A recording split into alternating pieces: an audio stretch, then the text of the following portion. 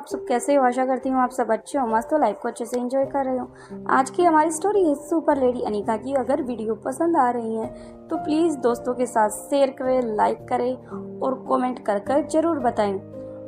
जल्द मिलते हैं न्यू एपिसोड के साथ और वीडियो को बिना किसी देरी के स्टार्ट करते हैं। Video start. अनिका व रोहित खाना खा चुके थे। उनका खाना होने के बाद रोहित भी आज काफी थक चुका था। वह बेड पर लेटते ही उसकी आंखें भारी होने लग जाती हैं। वह कुछ ही समय बाद अपनी आंखों पर कंट्रोल नहीं कर पाता। वह अपनी आंखों को जितना खोलने की कोशिश करता है लेकिन वह बंद हो जाती हैं। आज रोहित अनिका से पहले भी सो चुका था। उसके साथ साथ आज उसने अनिका को एक प्यारी सी किस करके गुड नाइट जो हमेशा करके सोता था, आज उसने बिल्कुल भी ऐसा नहीं किया था। वह सो जाता है। रात 11 PM का समय हो चुका था। अनिका की नींद नहीं आ रही थी। वह अपने फ़ोन में कुछ टाइप कर रही थी क्योंकि उसका ध्यान भी रोहित की तरफ नहीं जाता। वह अपने फ़ोन में काफ़ी टाइम से लगी हुई थी। बार बार कुछ टाइप करती फिर उसे इरेज कर देती। ऐसा काफ़ी टाइम तक करती रही। फिर वह निश्चित अपना मन बना लेती है और फिर कुछ टाइप करती है। उसके बाद वह SMS को छोड़ देती है एम्प्लियर ग्रुप में। इसमें उसने दमयंती के जिक्र किया गया था ताकि कोई भी ग्रुप के मेंबर को दमयंती के बारे में या उसके पास्ट के बारे में कोई भी जानकारी हो तो वो ब्लैक कैट के साथ शेयर कर सकता है। ये लिखने के बाद अनिका ने फ़ोन अपना साइड टेबल पर रख दिया। फिर उसे कुछ याद आता है क्योंकि अनिका को याद आता है कि उसने अभी तक दमयंती के गांव के बारे में कुछ सर्च ही नहीं किया। तभी वो जैसे ही लैपटॉप लेने के लिए उठती है वैसे ही वह देख पा रही थी कि रोहित सो चुका है। अनिका की नज़रें सोते हुए रोहित को देखने लग जाती है। वह आराम से बैठकर रोहित को देखती रहती है और कुछ सोचने लग जाती है क्योंकि सोया हुआ रोहित बिल्कुल एक छोटे बच्चे की तरह उसे लग रहा था। रोहित को हल्का सा ब्लैंकेट से कवर करती है। उसके बाद वह प्यार भरी नज़रों से ही रोहित को देखे जा रही थी। फिर जल्दी से टाइम की तरफ देखती है। फिर उसे याद आता है आज रोहित काफ़ी पहले सो चुका है क्योंकि अभी टाइम 11:30 हुए हैं। आज से पहले तो रोहित कभी इतनी जल्दी नहीं सोया था, इसलिए अनिका को रोहित की फिक्र होती है। अब वह रोहित की बॉडी को के तापमान को जांच करने लग जाती है, उसकी पल्स की जांच करने लग जाती है, लेकिन वो सभी नॉर्मल ही मिलते हैं। अब अनिका को काफ़ी घबराहट महसूस होने लग जाती है।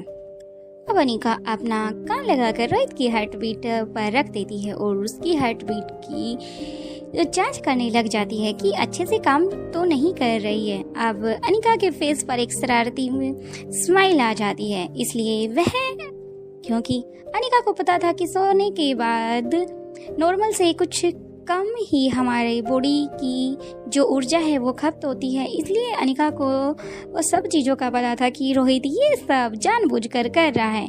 अब अनिका उसके पेट पर बैठ जाती है क्योंकि अनिका को अब शरारत सूझने लग जाती है।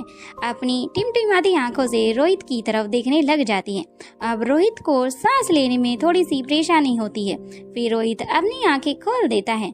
वह अनिका की इस हरकत पर हंसता है क्योंकि रोहित देखना चाहता था कि मैं आज अनिका से पहले सो जाता हूँ तो क्या अनिका भी मेरी तरह उसकी कोई फिक्र करती है या फिर नहीं।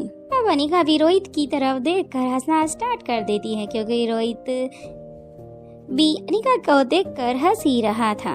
अब रोहित अनिका को बाजू से पकड़ता है और धीरे से अपनी तरफ खींचते हुए बोला, अब अनिका हट भी जाओ और उठकर जल्दी से सोने की कोशिश करो और अपने काम को साइड में रखो क्योंकि सुबह अपने PP मिशन पर भी जाना है। अब अनिका कहती है कि कौन से मिशन पर। अब रोहित कहता है कि हमें पाली भी जाना है सुबह उठकर। अब अनिका को भी याद आ जाता है, तभी वह उठने की कोशिश करती है। अब रोहित उसे दोबारा से कंधों से पकड़कर अपनी तरफ खींच लेता है। अब रोहित अनिका की आंखों में डालकर कहता है कि तुम्हें सोना चाहिए क्योंकि हमें जल्दी उठना है। अब अनिका छोटे बच्चों की तरह हाँ में अपनी सिर हिला देती है। आज अनिका रोहित की बातों पर रिया की तरह मुंह बना देती है। रोहित की अपने ऊपर से उठाने की कोशिश करता है लेकिन अब अनिका उठना चाहती थी लेकिन उसे रोहित नहीं छोड़ रहा था। अब रोहित उसकी बाजू से पकड़कर उसे बेड पर लेटा देता है और उसके ऊपर आप आ जाता है और उसके फोरहेड पर किस करता है। रोहित की इस हरकत पर अनिका अपनी आंखें बड़ी बड़ी करके उसकी तरफ देखने लग जाती है। अब रोहित ने अपने होठ अनिका के होठों पर रख दिए। अब अनिका रोहित को हाथों से उसके कंधों पर मारने लग जाती है। मिस्टर मारवा, आप ये क्या कर रहे हैं? पता नहीं है आपको कितनी रात हो चुकी है? अब रोहित शरारती अंदाज में अनिका की बात का रिप्लाई देते हुए कहता है, अभी कुछ टाइम पहले तुम शरारत कर रही थी तो मैंने तुम्हें कुछ नहीं कहा और तुम्हारी हामी में हामी मिलाई। अब रोहित आगे कहता है कि कुछ नहीं कह रहा, बस अपनी सुपर लेडी को प्यार से शांत कर रहा हूँ, क्योंकि मुझे पता है कि शांत होने के बाद ही तुम अपना कोई भी कार्य कितनी भी चतुराई से बिल्कुल सफलतापूर्वक पूरा कर सकती हो। अब अनिका भी रोहित के प्यार करने के लिए रोहित की ऐसी बातें सुनकर अनिका के गाल शर्म से लाल हो जाती हैं। अब वह भी रोहित का साथ देने लग जाती है, उसे मना नहीं कर पाती। कुछ टाइम के बाद अनिका और रोहित सो चुके थे।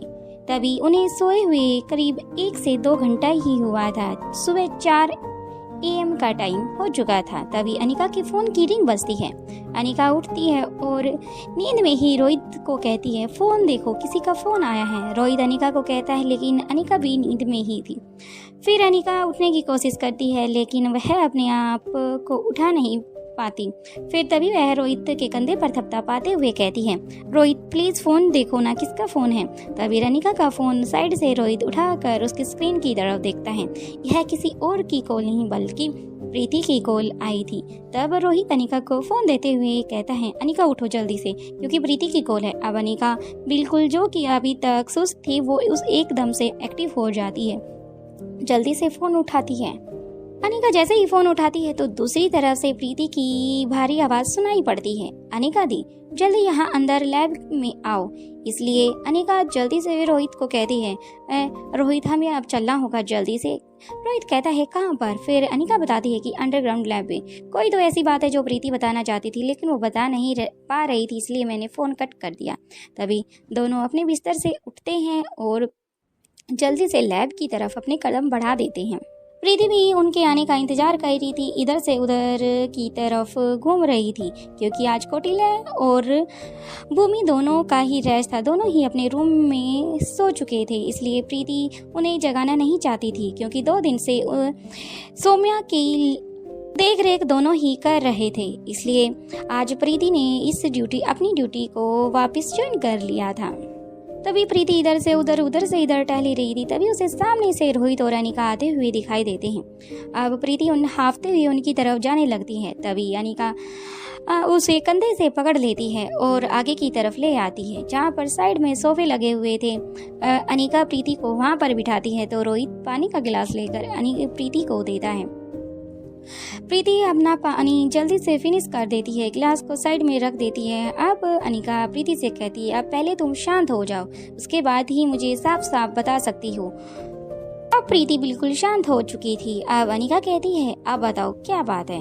अब प्रीति कहती है कि वो सौम्या है ना। तभी अनिका कहती है, क्या हुआ उसे। अब प्रीति कहती है, कुछ नहीं हुआ, सौम्या ने अपने हाथ पैरों को हिला कर जख्मी कर लिया है। उसके हाथ पैरों से खून की बूंदें नीचे की जमीन की तरफ बूंदें टपकना स्टार्ट हो गई हैं, यहाँ तक कि उसने अपनी गर्दन को दाएं से बाएं से दाएं इतना घुमा दिया है कि उसकी गर्दन में भी स्वेलिंग आ गई है। अब वह दर्द से भी कराह रही है, ऊपर से हंस भी रही है और शांत होने का तो नाम ही नहीं ले रही। अब अनिका कहती है कि तुमने उसे कोई इंजेक्शन की कोई डोज दी है। अब प्रीति कहती है, नहीं, मैंने उसे कोई डोज नहीं दी है। अनिका कहती है कि अगर वो शांत नहीं हो रही थी तुम्हें उसे नींद का इंजेक्शन देना था। अब प्रीति अपनी बात को जारी रखते हुए कहती है कि दीदी, दरअसल बात ऐसे ही है, वह सुबह से ही मुझे परेशान कर रही है। जब से भूमि और कौटिल्य यहाँ से गए हैं उसके बाद से ही उसने मुझे परेशान करना स्टार्ट कर दिया है।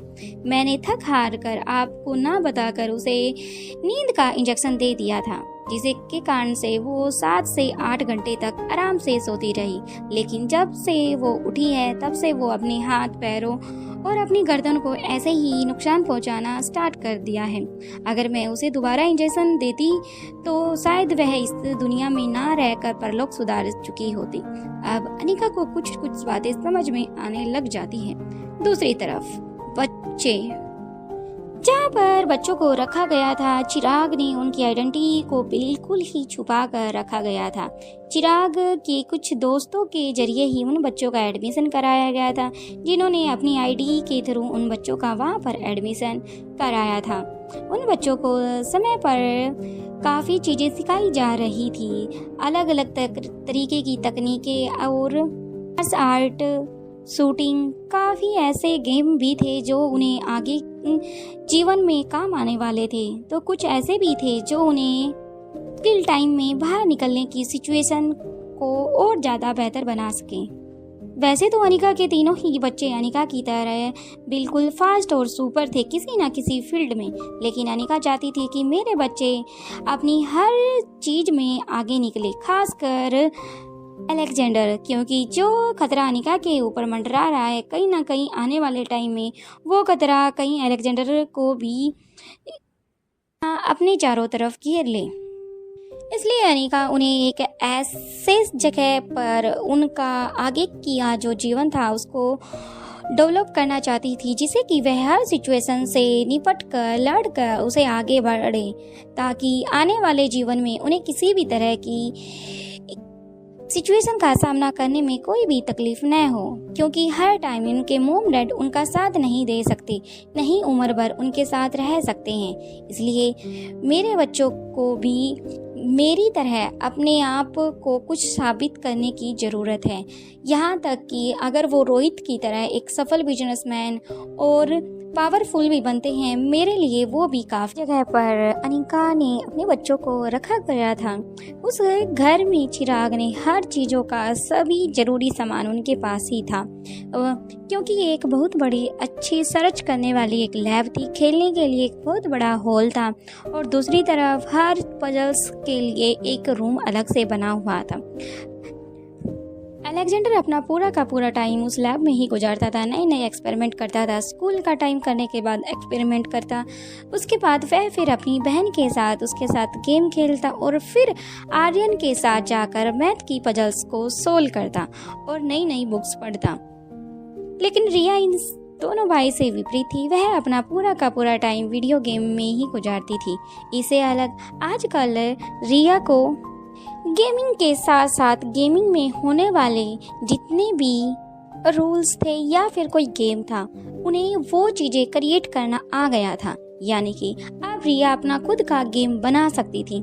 रिया ने इतना जल्दी ये काम अपने आप ही सीख लिया था, क्योंकि अनिका ने उसे जाते वक्त कहा था, जो तुम खेलती हो उसे किसी ने लॉन्च किया है, उसे किसी ने बनाया है, उस व्यक्ति की नॉलेज देखो, तुम उस चीज़ के कितने पीछे होकर पागल होकर उस चीज़ को पूरा करने की कोशिश करती हो, ये देखो उसे कौन खिला रहा है और किसने वो चीज़ को बनाया है।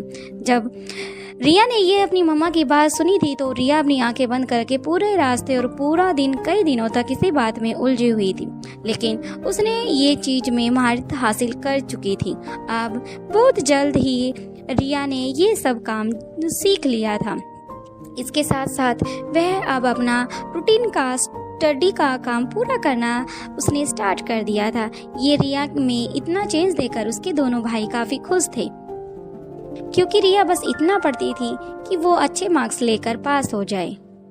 लेकिन आर्यन इन दोनों के विपरीत था। आजकल आर्यन ने भी काफ़ी रिया की तरह नई नई चीज़ें की तरह अपने मैथ को ज़्यादा इम्प्रूव कर लिया था, और जैसे कि बिजनेसमैन में जो खूबियाँ होती हैं वो सारी अब आर्यन के अंदर आ चुकी थी, वो इम्प्रूव हो चुकी थी, क्योंकि वो खूबियाँ तो रोहित की पूरी आर्यन के अंदर थी, लेकिन अब वे चीज़ें बाहर की तरफ आके यानी कि इम्प्रूव हो चुकी थी।